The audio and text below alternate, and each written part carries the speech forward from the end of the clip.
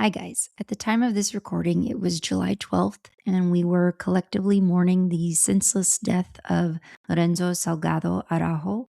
We mentioned him in the live show and a GoFundMe for his family. And then within a matter of days, we were all seeing the coverage about the tragic death of Johann Sebastian Guerrero.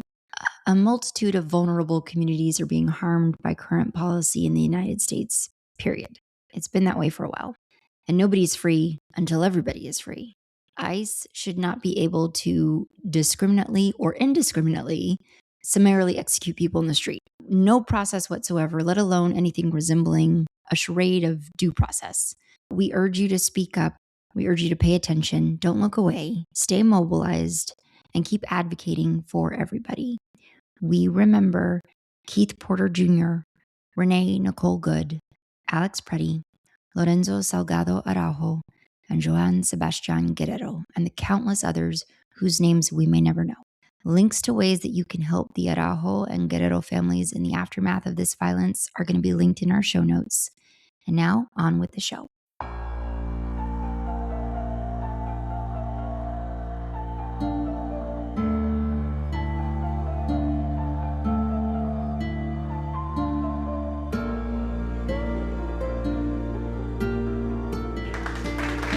Can you hear it?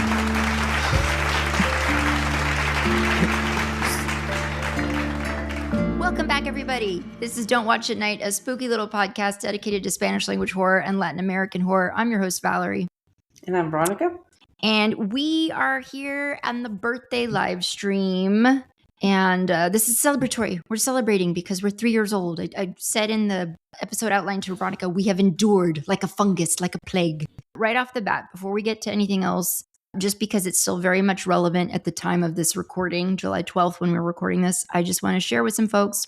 We wanted to share with anyone listening or watching a link to a GoFundMe for the family of Lorenzo Salgado Araujo. This is a fundraiser being held by LULAC for the family to help cover basic costs, but also to help with their legal expenses as they continue to speak out and fight for justice for this man. I'm going to drop that link during the course of this live stream. I'm going to drop that link in the chat and you'll have that. And if you're watching this or listening to this later on when this episode posts to podcast platforms, we will have that link in our show notes, okay? But this is a GoFundMe, like I said, hosted by LULAC to benefit this family. I want also to talk real quick, Veronica, about the beverage that I'm partaking of, this celebratory beverage, because it is our birthday month, as it were. We started podcasting 3 years ago, and so we're officially 3 years old, entering into our 4th year. I wanted to have something light and refreshing for summer. Today I am being as basic as possible. I'm just doing a white wine spritzer, but it has a little bit of color to it because I did throw in like an ounce of blueberry basil infused vodka, which I know Veronica's like, what the hell is that? Tastes nothing like blueberry or basil, I'm sure. Well, I couldn't anytime remember. Somebody gives me something that's flavored, I'm like, it tastes nothing like what it's supposed to be flavored. Lies. I can't remember if we ever brought this to you guys at camping. We may have. I don't know. It's got blueberry and it's got basil that was infused with it for like 5 days. So it imparted that flavor, but it's not like sweet or anything. So I just I'm going to throw that recipe in the chat as well. But just to let you guys know, I did like an ounce of blueberry basil vodka and then like 3 to 4 ounces of any white wine you like. I'm doing a Sauvignon Blanc, and then you top it off with some club soda. And that's it. If you need something sweet, you could throw in like a little half ounce of simple syrup if you wanted to, but otherwise it's fine on its own. It's very refreshing. It's very smooth and easy. I will just say, just to prove that I'm not completely against any alcohol or dislike everything, one of our members at the studio where I teach at celebrated her birthday Sunday afternoon, and one of the other instructors brought a big jar of mojitos. And I had 2 glasses of it. Oh, that's good. It was actually not. Now let me tell you, I learned the hard way about mojitos, the sugar in those, and had myself one too many one night, and I drink them with a little bit of regard, a little bit of reservations. But these glasses were like this big, and they were like half full. So I probably just had one of those little glasses. Yeah. Okay. But it was okay. It was not bad. That's good. Is my point. And even if you didn't like drink, like it's perfectly fine. We do cocktails and mocktails on this website or on this podcast all the time. And so even if you'd never touched this stuff, that would be totally fine. Okay, Veronica and folks watching, I have prepared a quiz, a Don't Watch at Night trivia game of our very own. This is specifically for anyone who has been listening to us over the course of these many 3 years. Can we just say I'm going to fail right up top? You might do better than you think. I really tried to make it. I tried to make it easy. I never remember the names of these movies. I tried to make it as easy as I could. Let me try to screen share for you guys. I created a presentation, a slideshow, and everything. Okay, let me do this. Present. Are you seeing it? Yes. Don't Watch at Night, the birthday quiz. 10 questions to rule them all. We're going into question 1. Our first podcast episode was on 2022's Mal de Ojo, directed by Isaac Espan. This is a film that incorporated the lore behind Mal de Ojo with elements of Dominican and Boricua legend of the Baca. To reverse her aging and preserve her youth and power, the grandmother feeds on A, the blood of animals, B, human flesh, C, the blood of children, or D, decayed matter dug up from the ground. Do I say my answer? Everyone, think about this. What if we played a drinking game? What if we're like, and if you get it wrong, you have to take a drink? I'm just kidding. Do you know the answer? I mean, I could guess. Okay, guess. C? Yes, you are correct. C, the blood of children. She feeds on their blood and life force, perhaps giving their souls over to the Baca. That was sort of like the deal with the devil that she makes when she like resurrects the Baca. So yeah, I would have thought life force. I don't really remember blood. But anyway, I guess you're right. That's what counts. Like she sucks some... Like remember she sucked it out through their feet or something? Like she fed on their feet. It was real weird. It was a weird movie. Okay, quick question. What is the other Isaac Espan movie that we've done an episode on? This one might be harder for you. Okay, is it A, Veronica? Is it B, The Similars? Is it C, Juan of the Dead? Or is it D, Wreck? I mean, by the way, hold on. And like, I don't know. If there's, like, I can't do this and check the chat at the same time, or can I? If anybody else knows, feel free to drop it in the chat. You got an answer or no? Well, wait. So he did the one we just talked about, the... Mal de Ojo, yeah. Mal de Ojo. I'm trying to remember what some of these movies were, like The Similars. What was The Similars? Remember? This I can't tell you. The Similars was, remember, it's like, it's all in the, it all takes place in the train station. Yeah. Yeah, okay. Very, what's the name of that show, Veronica? What's the name of that show? Twilight Zone. God. I'm going to say that one just because that's the one I don't remember, and that would probably, my luck, be the one. You are correct. It is The Similars. Really? It was The Similars. Veronica and Wreck are both directed by Paco Plaza. And we have done those films. And Juan of the Dead was a trick one because we haven't even seen that movie yet. I have tried. I have looked for that one for so long, and I can never ever find it streaming anywhere. It's a really great one, I hear. One day. Okay. Question number 3. In 2001's El Espinazo del Diablo, or The Devil's Backbone, the little boys are locked away in some kind of storage room or closet as they hide from Jacinto toward the end of the film. Who is the one who unlocks the door, allowing them to escape? Is it A, Dr. Quesadas, B, Carmen, C, Conchita, or is it D, the ghosts of Santi? Is it Dr. Quesadas? It is Dr. Quesadas. See, you're doing great. It was Dr. Quesadas, who by this point in the movie had, oh, by the way, spoilers, people, if you haven't seen these movies, which you should have because you've been following this podcast. He'd become a ghost himself by this point. And just as a reminder, Jacinto is a bastard. And we declared him a bastard in that episode because he basically killed everybody else who was mentioned in this question. All right. Number 4, 2017's Tigers Are Not Afraid is directed by what beloved director? Okay. Jesus. Guillermo del Toro, Isa Lopez, or Demian Rugna. It is Isa Lopez. Whatever she makes, I will watch. We're moving on. Number 5, what zombie movie with a heart did Ron have us watch in 2024? Was it Wreck? Was it Train to Busan? Or was it Mech Zombies? Well, I have a heart. You don't because you didn't cry. Train to Busan. It was Train to Busan. Wreck was a movie that we did watch as well as Mech Zombies. So I do have a question later related to zombies. But yeah, we've covered quite a few zombies on this podcast. This was a good movie. Very good movie. Wasn't there supposed to be like a is there another movie coming from this director related to this verse? There was another movie. Like, it wasn't a direct sequel in that I don't think it involved any of these. Well, most of these characters are dead, but it was set, I think, somewhere else. What's it called? Peninsula or something like that? Yeah. Set during this same zombie outbreak or whatever, but different characters. I haven't seen it. Okay. I keep meaning to, but I just haven't. But it is out? Okay. I believe so. We'll have to keep a watch out for that. Peninsula. I'm not 100% sure, but I think. Okay. All right. Number 6. We all just had to bid Norway farewell in the World Cup, but lutefisk was a dish featured in this film about a doofus who moves his family out to Norway where they encounter an unusual threat. Is it The Day of the Beast? Is it Krampus? Is it There's Something in the Barn? Or is it Boys from County Hill? There's Something in the Barn. It is. There's Something in the Barn. Did we watch Boys from County Hill? Is that we did. We did. We loved that one. We laughed. That's the one that takes place somewhere in Ireland. There's like a the cairn stones. The cairn, yeah. Yeah. It was funny. We thought that one was funny. Okay, see, I know plots. I don't remember the names of movies. There's Something in the Barn. This was a film that has Martin Starr playing Bill, a man who moves his family out to a small community somewhere in Norway.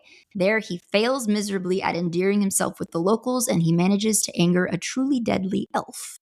Number 7, what is the name of the director who I've declared I probably can't watch his films at night? For real. Is it Del Toro? Is it Robert Rodriguez? Is it Demian Rugna? Or is it Alex de la Iglesia? And I did include the films we've done just to refresh your memory. See? Demian Rugna? You are correct. Yes. Okay. See? Okay. Ooh. Yes. He did When Evil Lurks and Atarados. And both of those, fully...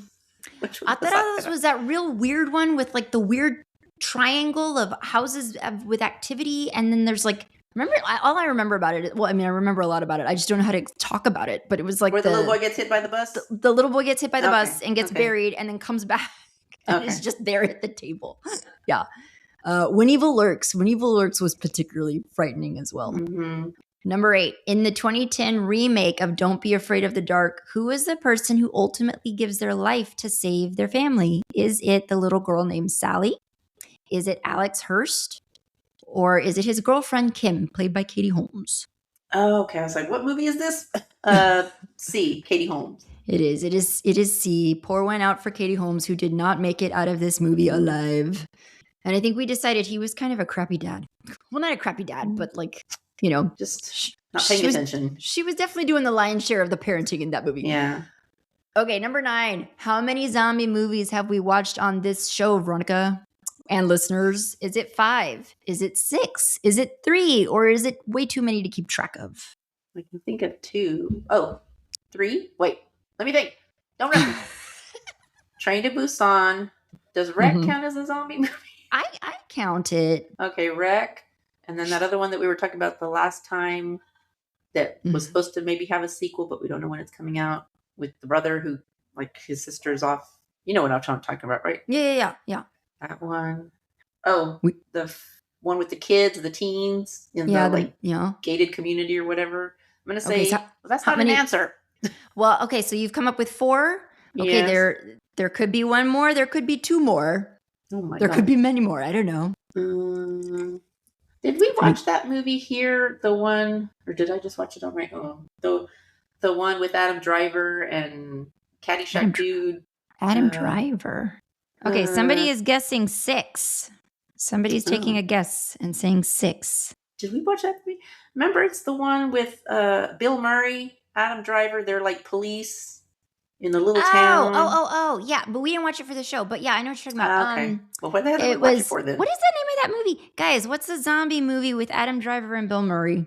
Well, why didn't we watch it then if not for this podcast? I think you just watched it on your own, and I watched it on my own. But like just in our own time. What's the name of that movie, guys? Well, I don't know. I can't think of any other zombie movies we've seen in this. Okay, all right. It's time. We have watched 5. There are 5. We've watched Apocalypse Z. We've watched Valley of the Dead. This is the one you were forgetting. Malnazidos. Which one's that one? That was the one that kind of takes place in, like, I can't remember if it's like 1930s or 1940s Spain territory. And it's like supposed to be a horror comedy of sorts. They talked very fast in that movie. I had a really hard time following. But Is that the one where they're still not remembering that one? Mech Zombies is with the kids, the teenagers, right? Yes, Train to Busan, and I did count Wreck as a zombie movie. Okay, well then I missed that Valley of the Dead, which is still not ringing a bell. Valley of the Dead. If I had a movie, I thought about getting movie posters all on this slide, and then I was too lazy. Is that the one like set during the Spanish Civil War? Yes. And they do the train? Okay. Yep. Dang it. I missed that one. Yeah. Okay. Yeah. Okay. And the last question. This is an easy one. In 1998's The Faculty, directed by Robert Rodriguez, who plays Nurse Harper? Is it Bebe Neuwirth, Jordana Brewster, Salma Hayek, or Famke Janssen? Salma Hayek. It is Salma Hayek, who by this point, 1998, had already done 2 other Rodriguez films, Desperado and From Dusk Till Dawn. So congratulations, people. You're a Don't Watch It at Night lifer. DWAN. DWAN. Let's just say DWAN. I missed one? I missed one? Yeah, you missed one. You would have gotten it. What is the name of that? Hold on. I need to attempt to stop share. Guys, what was the name of that movie that she's talking about? Adam Driver and Bill Murray. The Dead Don't Die. There you go. I knew it was, The Dead Don't Die. It was I liked it. I enjoyed that movie. And now we can get on to our film, unless there's anything else, Ron, that I'm forgetting. Am I forgetting anything else? I think so. Okay, then we can get on to it. Okay, we watched 2021's No One Gets Out Alive. This was a supernatural horror thriller from the UK, directed by Santiago Menghini. This was his directorial debut, by the way. It stars Cristina Rodlo. Her full name is Cristina Rodriguez Lozano, but she's billed as Rodlo for this movie. It also stars Marc Menchaca. And this was like the little line that I pulled off of IMDb about it. After being forced to take room in a boarding house, an immigrant in search of the American dream finds herself in a nightmare she can't escape. This is a movie that is loosely based on a book of the same name by Adam Neville, who is also the same person who gave us The Ritual, which we also watched for this show. Mm-hmm. So, Ron, when did this movie come out? This was in 2021. And apparently, like a lot of this movie was filmed in Romania. That's what I know about it. Okay, Ron, give us your initial impressions after finishing this film. I just watched it this morning because that was the only time I had to watch it. I had to watch it because a lot of it is very dark. Yes. And so I couldn't see with all the lights. I had to put a blanket, like a heavy blanket over me and the computer, and it was very hot. So this is what I go through for this podcast. Sweating it out for the podcast. Had to make a tent.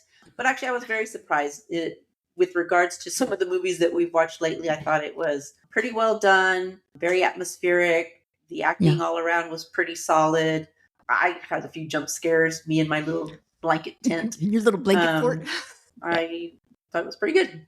I have some questions. I'm still confused, but... Yes, I have some questions as well, and I had to really go digging today trying to figure out what the heck. But the reasonably creepy moments, lots of like you just said, lots of atmospheric tension. Mm-hmm. And of course, we're dealing with a house that has many entities in it. So of course, it's just lots of opportunity for scariness. And I thought, Cristina Rodlo or Rodriguez Lozano, she does a really great job. This movie is pretty much entirely her. And she does fantastic. I'm going to have to look her up if she's done anything else. Yeah, I don't know what else she's done. She's an actress out of Mexico. Marc Menchaca. All I know is that he's Mexican-American actor, apparently married to Lena Headey, which I didn't know. Oh. Yeah. I was like, go you. Sarah Connor? Mark living his best life. Wait, which one was he? Which character was he? He plays like the landlord, like the primary one she deals with. Red, yeah. Okay. And the other one, I didn't even know he was Latinx. I just thought he was a white dude. So, and I want to say, I could be making this up. Don't quote me on this, people. He might be from Texas. I don't know. I guess just to give people an opening on where we are at the start of this movie, the opening of this movie is another girl in the house entirely. Yeah, I was surprised because I thought that was going to be the main character, and I was like, well, she went out really quick. Yeah, it opens on this girl who's a tenant in this dilapidated looking boarding house in I believe the film is supposed to be Cleveland, yeah. Mm-hmm. And she's on the phone with She's on the phone with family. We like immediately get our first sort of ghost exposure that there is something supernatural at work in the house. Within like the first, 5-10 minutes, she's gone. Mhm. She gone. And that's it. At first, I didn't realize it was a boarding house. So like after it, like she gets whatever takes her, it pans out to an exterior shot of the home. I'm like, well, why is this girl living all by herself in this big, humongous house? In this big, humongous house. And then she gets up. Okay, so she gets up because she hears a noise or something, and she gets up and she looks down the hallway. And I couldn't remember if the box had always been there or if it's like she looked down the hallway and it wasn't there. And then I think it wasn't there the first time she looked. Okay, And then because it is there. I saw the box and I was like, was that there? And then you see immediately there's an entity behind her, and you're like, oh hell no, no. I'm like, yeah, girl. She's just standing there. I'm like, girl, move, run. Anytime you have a shot like that where it's like the actor is looking down a dark hallway, I'm always cognizant of like, check what's going on behind you. Like you need to protect yourself. But that's like where I always feel like characters in horror movies are just like, maybe it's natural selection. It's like nature's way of reading out the dumb people, because it's like, hello, run. Why are you standing here? Like the minute that box appears, you should be like, and I'm out. Okay, and goodbye. And so then from there, we jump into the scene where it's like Cristina. No, her name is not Cristina. In the movie, her name is Ambar. It's spelled Ambar. She's emerging from a truck where presumably other people were being trafficked into and dropped off there in the city of Cleveland, right? That was your understanding of it? Mm-hmm. She gets dropped off there and just sort of immediately has to, I don't know if she has somewhere to go that night or what, but she has to find work. She has to find a place. So she ends up finding work at I think it's described in one of the reviews we have linked for you guys as a sweatshop. Yeah, like a place where like lots of sewing is happening. Then she finds a room at that same boarding house. I will tell you, zooming out from scene by scene, because we've also watched The Ritual, I couldn't help but notice the same themes of loss and grief and guilt, being haunted by one's guilt, playing out in this film. And that was also sort of a recurring theme in The Ritual as well. Yeah, just kind of incorporate or tying that into not a folklore, but some kind of mythical background that we don't ever really, again, didn't really get a lot of. Not what enough. Is it?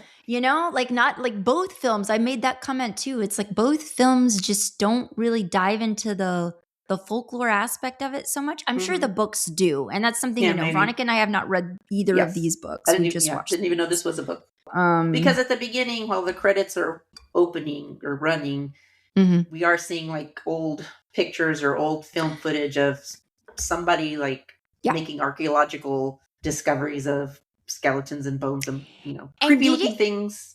And did it say in those opening scenes? Did it say that was taking place in Mexico, or did I? I don't remember. Okay, because when we get to it later, that was before I created my blanket fort to be able to see clearly. So okay, because we'll get to it, but it's like I have a question. When we get to the end and the threat is revealed and we see it in its full form, I have questions about the identity of this thing, which I guess some reviews we looked at identify it, and like I didn't know what it was. Like a real thing, like a real, like it's a real, a real figure from like Aztec, some myth. From like Aztec. That's very creepy mythology or whatnot. I don't know that it looks like that. I thought the thing from The Ritual was creepy, but this is like really bizarre. Well, yeah, when this thing came out, I was like reminded of The Ritual, and I'm like, man, who's ever doing this? I appreciate the imagination at work here, because this is messed up. Yeah, in this film, we also have lots of like dreams and visions that she's repeatedly waking herself from, pulling herself out of. Did you think those were effective? Did it start to feel repetitive to you? I didn't find it repetitive. No, I mean, I think it worked well. The very last one, I thought was real. I thought it was really, and I was like, oh, I thought that dude was dead.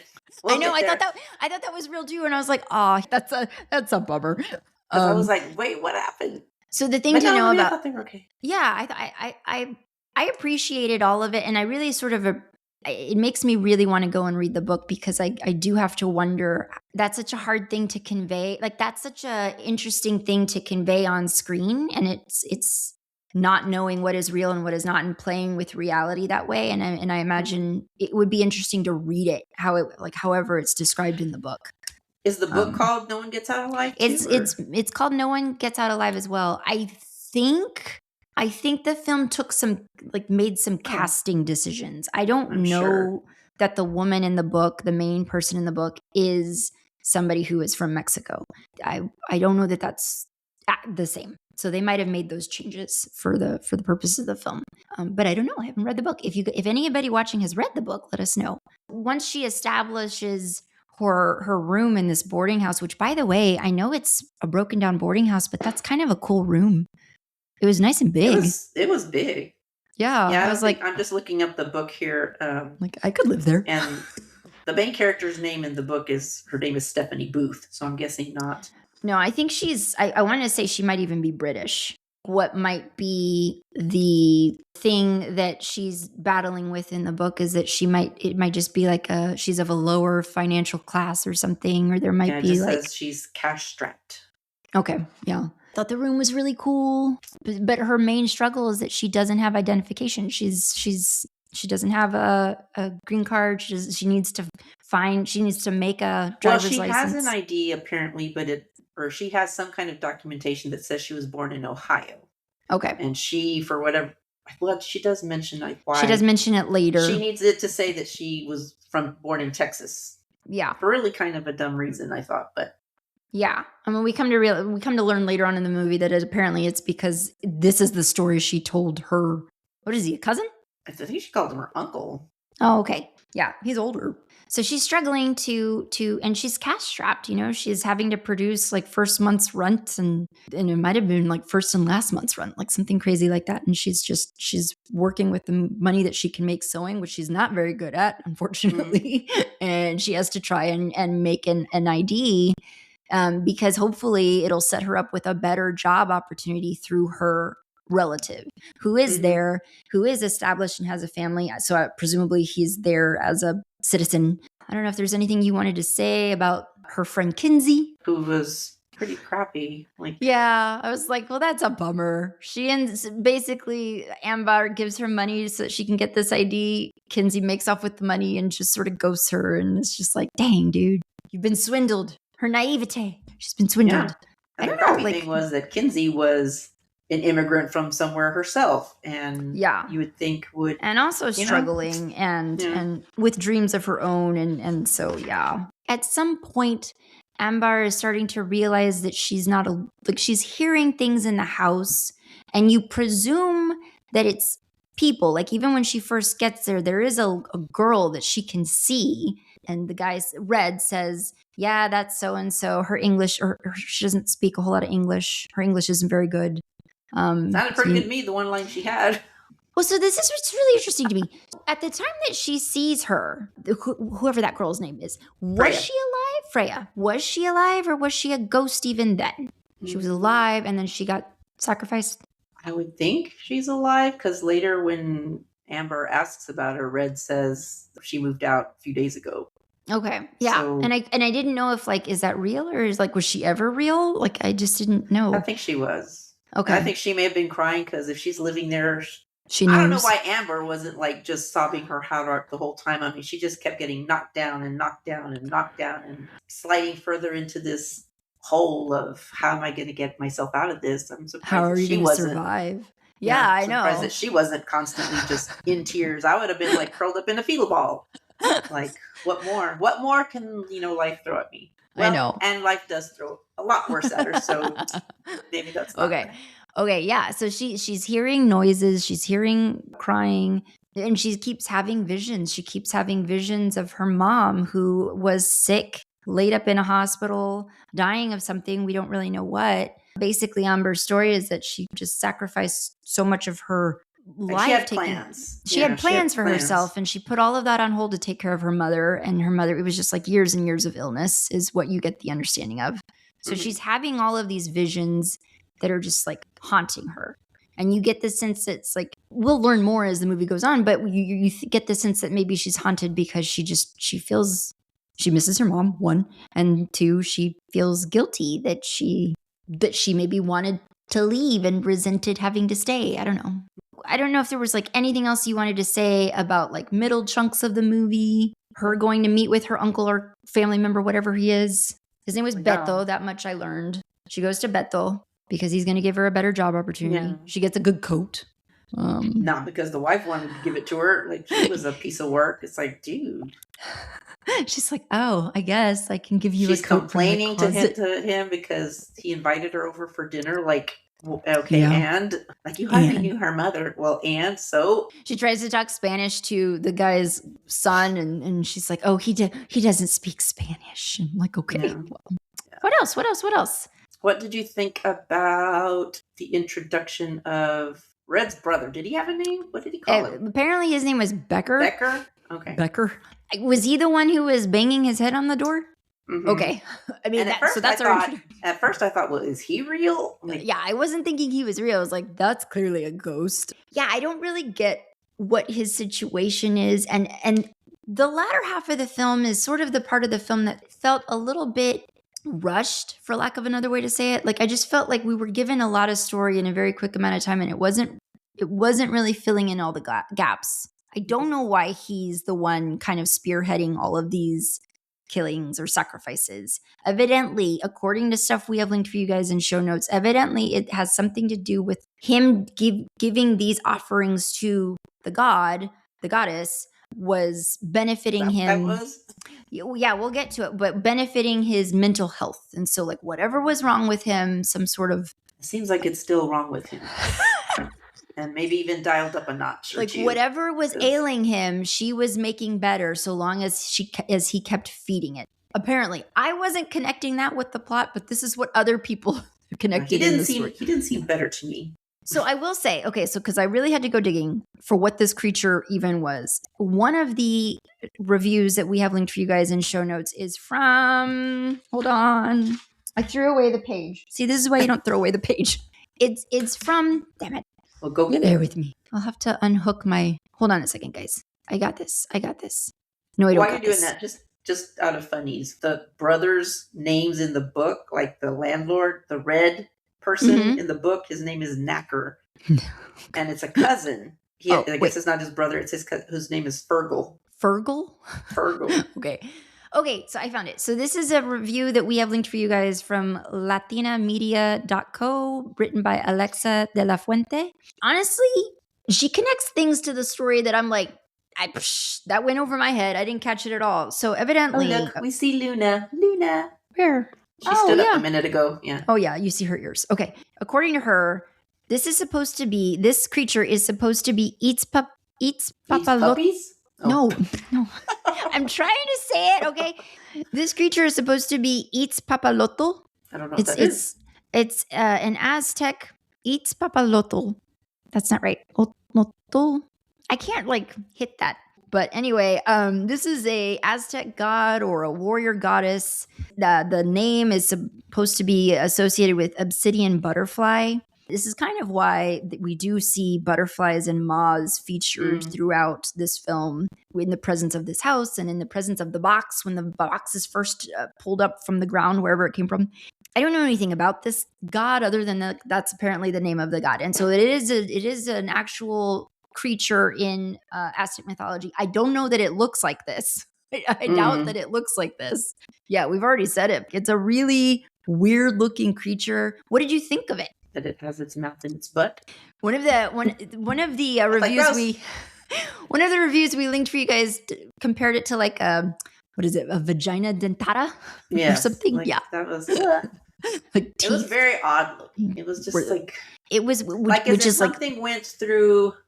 Oh, what did they call that thing in the Star Trek? The teleporter, and when they say "beam me up, Scotty," the concept behind that is that it scatters your atoms and then it reassembles the atoms back in your destination point. And it's like this, whatever this thing was, got its atoms scattered. And then when they came back, they're just all a mishmash. All makes whatever. no sense. Yes. And the monster in the ritual was kind of the same way, just like this weird looking creature that has all these appendages elements where they're not supposed to be appendages and just glued wherever. What we come to learn in that last half of the film is that Red and Becker have been sacrificing all of these tenants. And so we're also with their parents. That's right, starting with their parents. Was the father some sort of archaeologist? I'm guessing. Is the father the one who pulled the found box? this thing? Yeah. Okay. And then, like, ultimately, what they sacrifice? They kill their dad. They kill their mom. Because apparently the dad had been doing this with women for a while, and the wife was helping him knowingly, but apparently she outlived her usefulness because he ended up killing her too. See, and then the sons came back and did away with their dad and took over the family business. And just like the mom in Nobody Sleeps in the Woods Tonight, or whatever that movie was that we just watched, just like the mom who was feeding her children, women don't help men do dastardly things. They will always come back to bite you in the butt. Red's reasoning when every time Ambar would try to get him to help her and for the both of them to just leave, and he was like, but it's my brother. I have to help my brother. And I'm like, why? Why do you have to help your brother murder multiple women? Where in the bro code does that fall? Like, this seems excessive. And so as we're learning these truths, we are seeing all the magnitude of just how many ghosts are trapped in this house, people that were here once and that have been taken, including the two women. Like, at some point during the course of Ambar living in this facility house, after Freya gets offed, he does bring in two new tenants who I wasn't sure, because of the way they were being weird in the kitchen talking to Amber, and they say something weird like, I think Amber was trying to say, like, I don't know, they were talking. She asked them, what do they do for work? And they just they don't respond. And then they sort of give, like, one of them gives her the answer, like, it's so much better in here. And the way that she said it just made it seem like, are they alive? Are these ghosts as well? I don't know. They might have been sex workers. I'm not sure. It might have just been something that's implied. But so in that sense, yes, of course it's better in there than it is being out on the streets and not having a warm place to go. Right. Those two women, unfortunately. Did you ever think, because I did you ever think that end? All these trapped ghosts of all these women that have been sacrificed to this, whatever it is, did you think that they would help, like somehow find a way to intervene and intercede? I had hoped that they would. And I did too. And this is the part of okay, so while she's locked away, waiting for her fate, her family member, Beto, does show up because she had called him. She had said, hey, I'm trying to get out of this place. I'm scared. I have no money. I lied to you about my status. I don't have an ID. And he's like, oh my God, I'm out of town. I forget what his excuse is, but he can't come right away. And so he does eventually make it over to the house, and he's banging on the door, trying to get to her. Red's trying to give him the run around. And then, I think Ambar is able to, like, break through a window or something. She's able to, like, alert Beto that she is there. And so he busts through trying to get to her. It is so terrible. I felt so awful for him because he basically just gets beaten to death by Becker outside her doorway. And we see, like, a pool of blood, and we see a tooth, and you're just like, God. But again, use common sense. Don't tip your hat that she's in there because he sees her coat lying in the front hall. Say, okay, I'm leaving, and go get the police. But is that what you do? Like, hindsight's 2020. In the moment, I don't know. Like, if I don't know that I'd be like, okay, Veronica's trapped up there. Go to the end of the block and use your goddamn cell phone to call the police. You don't even have to. It's not like you have to drive to the police station or go find a payphone. So, question to your point that you kind of wished you kind of anticipated that the ghosts would offer up some kind of help. Do you think that vision where we see Beto come through and help her, and it turns out to not be real, is it that it was a vision? Or was it maybe his ghost? Like, could any of that be possible? Like, maybe it was his ghost. Because when she wakes up, she's still on the sacrificial altar, whatever. She's still on the sacrificial altar. That's right. What does he even help her do in the vision? I don't know. Remind me, what does he lead her toward? Well, they get out. They're trying to get out a door, and then all the lights go out. And then she's still... I really don't know what the point of that scene was, other than to psych out the audience to think she has a chance to get out. He's still alive. Both of the girls that were there are at this point dead. One of them had already been sacrificed. The other one gets brutally thrown over. This boarding house is many floors up, so she gets brutally thrown over and dies on impact in the ground. So I thought she was going to make it out too. I thought she was going to make it too. She was definitely trying to help Amber. And in the arrival of the creature, of the god, coming to kill Amber. Basically, like what the creature does is like puts its hands on her, and I don't know if like I got the impression that it like feeds the people's heads to its vagina. Yes. Like, you know what I mean? Like to its mouth that's on its bottom. Yeah. Oh. To bite So- literally bite their head off. Bite their heads off. Kind of like a praying mantis that way, huh? A little bit. In that moment, though, we get the scene of her with her mother. She is putting a pillow over her mother's face and suffocating her. And I didn't know because the mom in the vision, dream, whatever you want to call it, keeps telling her, "Stay longer. Can you stay with me?" So I don't know if that was this creature somehow getting in her mind to get her to be docile. In her dream, she says no again, and she smothers her mother and then wakes up, and apparently that's all it takes for the creature to send it back into the box. Well, so this is what I was confused on confused. because this is what I was confused on because I didn't.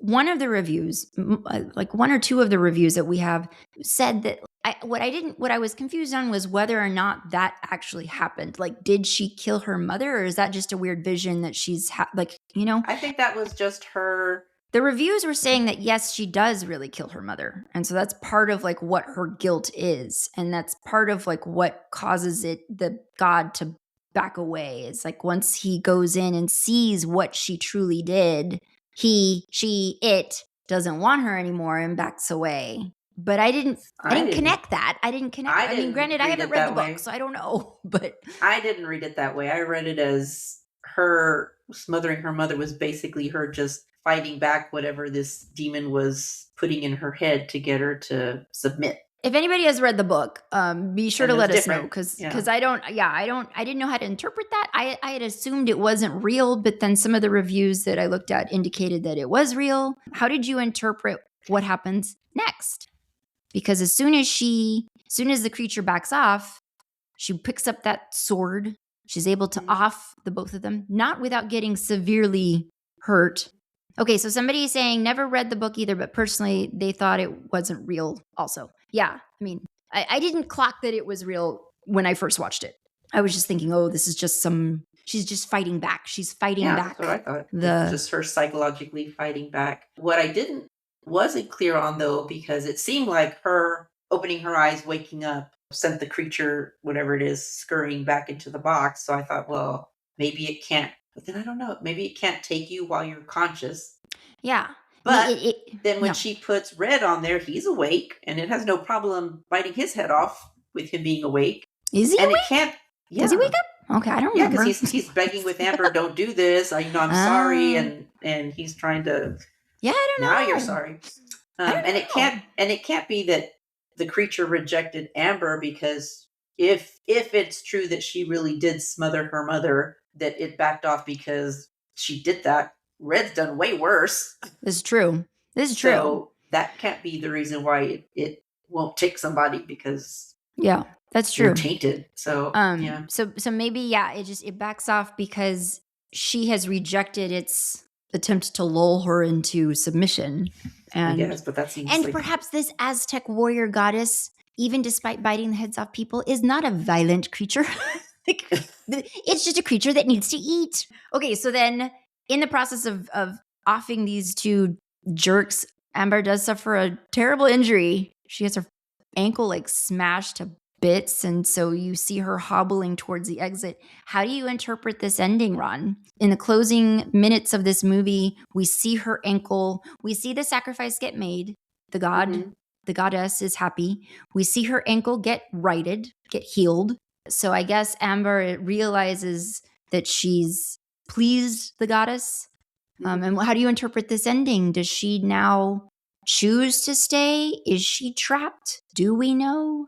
I'm not sure. I'm hoping. Well, first thing, when she's leaving the house, I'm like, okay, are you just going to leave this thing here for someone else to find? Like, what are we doing here? Burn it down, try to kill something.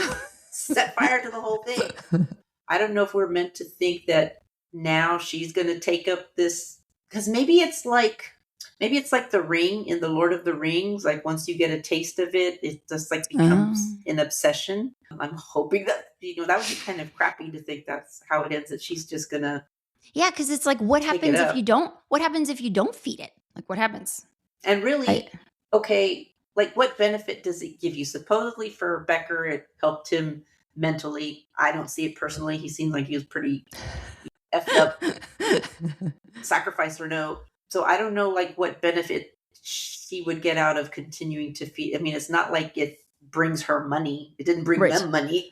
No, So yeah. I mean, you're it didn't still make her them rich. So like, how's this going to help you to do this? right.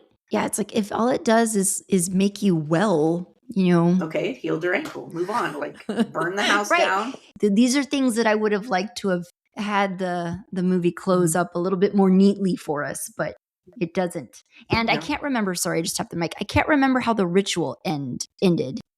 If we also felt like we didn't get enough resolution at the end of that movie. I don't remember how it ended either. I don't remember. I do remember that like with the ritual, we also had the same kind of questions of like, well, wait, no, I want to hear more about this folklore. I want to hear more about what this is. And we don't really get to know more before it's. Didn't the ritual end with like just one out of the, was it 4 or 5 guys, whatever friends, makes it out alive? And does he make it? Does he get blamed for all the other deaths? Or I don't know. I don't remember. I don't want to say anything. I don't remember.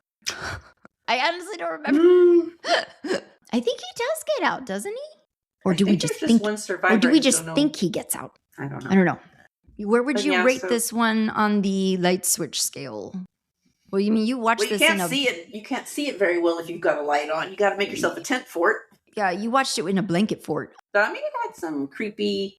I startled a few times with it. It is creepy. It is a creepy movie. This, again, we've never read books by this guy. I'm interested in what his stories might be about. Both of these stories that we've looked at feature folklore, hauntings. What I do think is interesting, because initially I thought, well, maybe this thing only takes female sacrifices, and that's why it's always just been women that have been sacrificed. But it took red, so that's not it. So it's just misogynistic. Yeah, like why is it very clear in the notice for seeking tenants for this boarding house? Why does it only have to be women? It says only women only. I don't know. Like that's just bizarre. And these are things that probably the book lays out that we just, the movie just glosses over. But it's relevant. It's relevant. Yeah, a lot of, the themes of less fortunate classes being victimized. In the book, it was whatever ethnicity that woman Stephanie Booth was, was just poor, so poverty. Yeah. And here you have poverty plus an immigrant, undocumented. Yeah. By all appearances. And again, like we said, just dealing with themes of grief, dealing with themes with guilt. Because like during the course of the movie, even when Amber's moving through the city and on the subways and whatnot, and you're seeing her mom following her visions that she's having of her mother, and that could be just the impact of like the guilt that she carries over.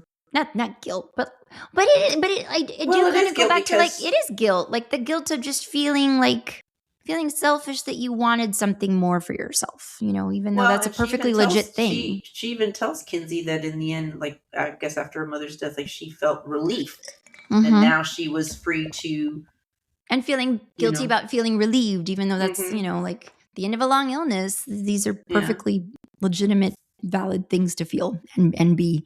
Good choice. Okay, my friends. Any other little things you want to mention before we do final book club plug? Sadly, The Burrows got canceled by Netflix, even though it was before I could even start it. It's still worth watching. I mean, the first season, there are still some lingering questions, but it wraps up enough to be a complete story. So it's still worth watching. Go check it out. Okay. Yeah. Have you seen? What? I think it's called Widow's Bay. I've been hearing a lot about that. Have you seen it? I've only seen like it's like a horror comedy, I think. Yeah, I've only seen like 3 episodes, and each one's kind of like its own. It could be its own little standalone episode. It's hilarious. It's I want to check it out. Everyone's raving about it. I haven't been able to go as fast with it because Alex freaking slows me down. But again, because I'm like, well, I'm waiting for you. I'm going to watch it with you, and I'm like, if you don't start sitting down with me to watch this, I'm just going to leave you in the dust. The other thing that I noticed is on 2 things. I noticed that Dark Skies is now posting up old seasons on Netflix. So it's like, I know that the newer seasons are on wherever it streams, but the older seasons are on Netflix now. So I might go give that a watch because I know you've mentioned that one. And then what's the other not thing? horror. Well, it's not horror, but it does incorporate like a lot of like Navajo. I think they're Navajo. Mm-hmm. Forgive me if I'm getting the wrong. I think they're Navajo. It does incorporate a lot of their spirituality. So there is some subtle. Is it kind of like an X-Files? Supernaturally things, huh? Is it kind of like an X-Files? No, it's not that. It's not that overt. No. Okay. The other thing I wanted to mention, I've just been seeing it everywhere. Everyone online talking about it, and I really feel like I missed the boat with this, largely because I don't have AMC Plus. I never got onto the TV adaptation, TV series of Interview with a Vampire, which is now in its third season, except that the show is called The Vampire Lestat. And so the first two seasons were like Interview with a Vampire, kind of, I guess, told from the perspective of Louis, perhaps. And then Vampire Lestat seems to be all from the perspective of Lestat. And I've never watched it because it was always on AMC Plus, and I don't have that. But evidently the first two seasons are over on Netflix now. And I'm very tempted to go start it because everybody's talking about it and everybody loves it. And then the other thing to let you guys know is this is the last call. Our next episode coming up in August will be our book club episode. And we're going to be talking about The Haunting of Alejandra by V. Castro. If you haven't picked it up yet, do start reading that. There's plenty of time.